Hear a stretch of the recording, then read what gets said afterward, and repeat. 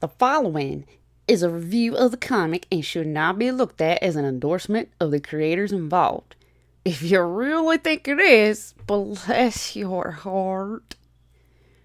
Also, the quality of this video is low, so if you're expecting higher standards, go check out someone else. What you see is what you get. Thank you, darlings. Y'all come back now, you hear?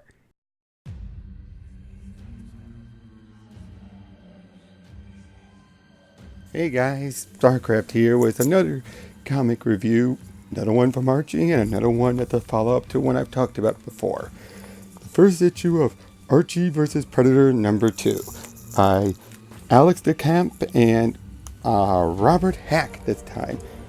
Robert Hack is the guy who's done the artwork for The Chilling Adventures of Sabrina, and in this case he brings something different. But how it's going to continue off of after where things went the last issue, in the last mini, where pretty much everyone's dead. Betty and Veronica, the only ones left, with the Predator being turned into Archie and all that. Well, as Alex and Campi has put it, they go pretty meta with this. And I mean very meta.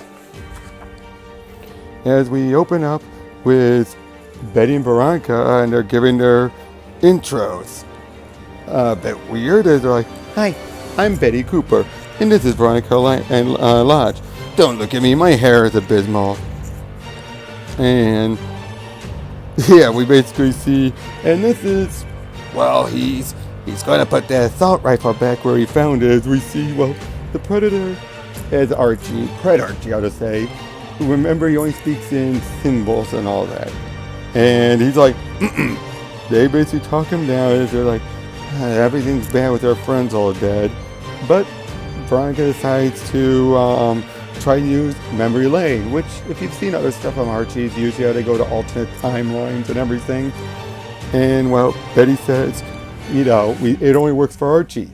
Veronica even says, like, yoo-hoo! And Betty's like, he's not really Archie though. Veronica uses her wiles, and Pred Archie, basically being kind of similar to Archie, trips and pratfalls. To which basically Veronica's saying, like, close enough. As they're trying to find it all, and they make some more meta comments like, if they came back from an alternate timeline where you married Archie, we can come back from everything. Hey! But yeah. Basically saying how they're just wondering, like, what happened to the Predator? And basically Veronica seems like he'll go back to home. The Predator, Archie's like, he doesn't have his family, he's not getting along with his family, and he doesn't have any friends. So, but they eventually find it, and they find out it's basically been torn down and everything. Memory lane is just not there anymore. And it says, coming soon from Wade Enterprise, meaning Mark Wade. And all of a sudden they're all upset. Then you have Veronica saying, like, they couldn't have canceled us, could they? Again, they somehow are aware of what they are and where they're in. They say, no more new stores. We're stuck in here. What could have gone wrong? And, well, basically they start, they're just hugging each other and just like, oh, nothing could have gone wrong. Just to point out, yes, Betty lost her hand, but I think it's very clear that she regenerated a new one with that healing bed or whatever, because she has both of them now. As they start to try and figure out, like, what are we going to do? Maybe we can go to Greendale, and maybe they can get home from Greendale. Pointed out how Sabrina is dead. But then they find a Reggie's car, and they try to figure out, what are we going to do? Do you have any idea how to hotwire it? Then Veronica says, we have aliens and a girl who could smell money, and one time we summoned the devil. When? And then I love it. I think summoning Mr. Inferno just to start a car is bad. We have an alien. As she sweet talks Pred Archie and, well, smashes the car and hotwires it. They then drive off as they leave Riverdale. Then we just see Veronica just start chit-chatting, just like, how long before people forget about us? How long before they can't remember which one was blonde and which one was brunette? And, well, as she keeps on prattling, Betty's asleep, tries to talk with, like, wish I could have someone to have a conversation with. Predator's like, ooh, no offense, Archiekins, but then finds out she circled around. Ah, oh, brother Veronica. She keeps on driving as they pass by the burning Riverdale High School. Meanwhile, in a basement, we see Betty walking down to Dilton, who's working on a Halloween costume. An important component came in the mail. As well, he's trying to get things going and shows it's the Predator mask. And Betty's like, "You're going as Captain Phasma?" Nah, couldn't afford the license. Again with the meta reference. Again, Alex Campi said she was doing that, but it just feels really like nothing's defined yet. Yet, anyway. As they're trying to figure things out. And, well, she basically feels, and Betty's saying, like, I don't think about going. And basically they're just trying, Dilton's making her feel better. Dilton then puts the mask on and starts being all like, "Hey, Betty, how's about a date?"